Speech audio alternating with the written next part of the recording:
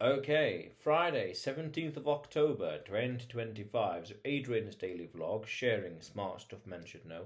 Nihilism is right, but meaningfulism comes to the rescue. So this is an interesting thing that I kind of came up with a while ago, the great subjectivity of life, where in one way everything is subjective. Nihilism is correct in a sense of there's no meaning to life. Ooh, quite an interesting statement to make. And everything is just subjective. The importance of this, the value of that, the meaning of that. What meaning of life? There is no meaning of life. We make do what we can. You could argue it's this descriptive versus prescriptive kind of way of looking at it. And nihilism is descriptive. There is no meaning, there is nothing, there's nothing. But the problem with that nihilistic trail of thought is that it leads into darkness and emptiness, in a sense of being careful of following the logic too much, because if you go down that route too much, meaningfulism we could say, something I kind of came up with, comes to the rescue and pulls you back from it, in a sense of you give meaning to life. You create your own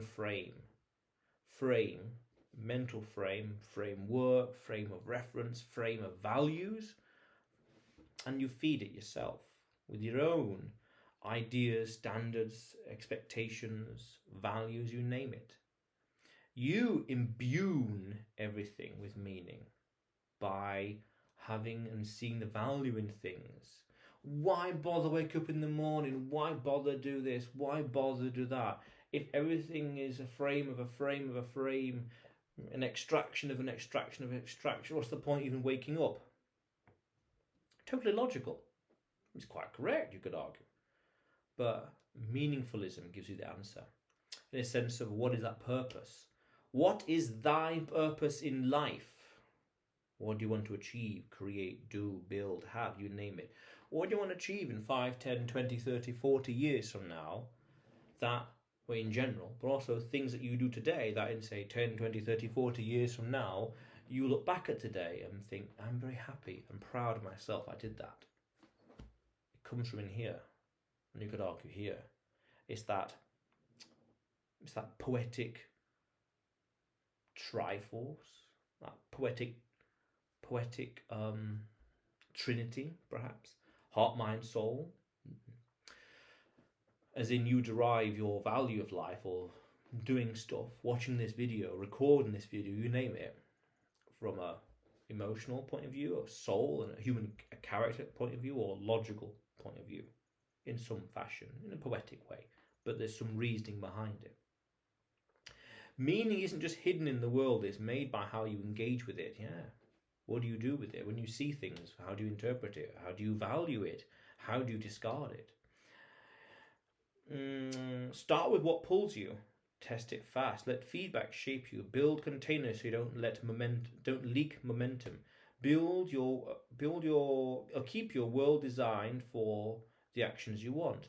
Close some doors so you can live in the rooms that matter. Run this loop daily. That's how nothing becomes something, and how something becomes your daily life. Essentially, in a deep level, the more value we place in our own goals and what we want to achieve, the more it saves us and strays us away from nihilism, which is, and you could argue scientifically, is correct. The law of nature, gravity, the jungle, you name it, those things don't care. Those things just are. Wind just is. Gravity just is. Friction just is. Laws of tribology, the study of friction and lubrication, just is. They don't care. They have no emotional they have no emotional backing. They have no reason. They just are.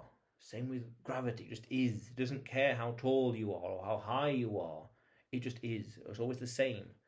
So then how you imbue it, and even at an interesting meta level, how you master it. Gravity, the wind, propellant, sails and moving and flight and all these kind of things, laws of chemistry, how you master it for cooking, things like that, and the meaning you imbue in things you cook. Very powerful. We all have different values and standards. I thought, yes, so I came across a very interesting scenario a year ago, let's say. So I had a series of events, and I saw some other people, and I thought, because I had these experiences, that they would ask me non-stop how could they replicate those experiences, that they would pick my mind, so to speak, to create it in their own way. And they didn't. They never asked me about it. It was radio silence. And through that experience, I realised that, well, fundamentally, they have different values than I do, different things that matter to them in life. Makes sense. You could say that's common sense. Common sense in one way doesn't exist. Common sense is not so common. It's just an overturned window of what's socially understood and appreciated. But over here, I realised that they value different things. Therefore, my experiences to them meant next to nothing. But for me, they were life-changing. The exact same action and event meant two complete different things. It's that great subjectivity of life I just talked about. Same thing, two different meaning. This book here, to one person, is invaluable. But to another person, it's immaterial. It doesn't mean anything. It's just paper and ink. Paper, ink, and glue, and probably maybe some fabric somewhere in the spine. Yeah, things like that. It's immaterial. But to other people, it's invaluable. It's a tool. It's a powerful tool. Other people, it's a meh. It's just entertainment. Same thing, complete different perspectives. But yet, that's a prescriptive way of looking at it. A descriptive thing would to say it's just paper, ink, as I just said, from a first principles point of view. And that exact first principles point of view, if we follow it too much, I did a video on this as well, reductionism, breaks it down to nothing, and that's that nihilism path, and that meaningfulism rescues us from it. Very powerful, very interesting. So then we can say, as I said earlier, go out into the world, find what's meaningful to you. Chase it, achieve it, push for it, strive for it, build for it, achieve it, you know. Go out there, make stuff happen. Create your own meaning. Define it. And then, in a sense of,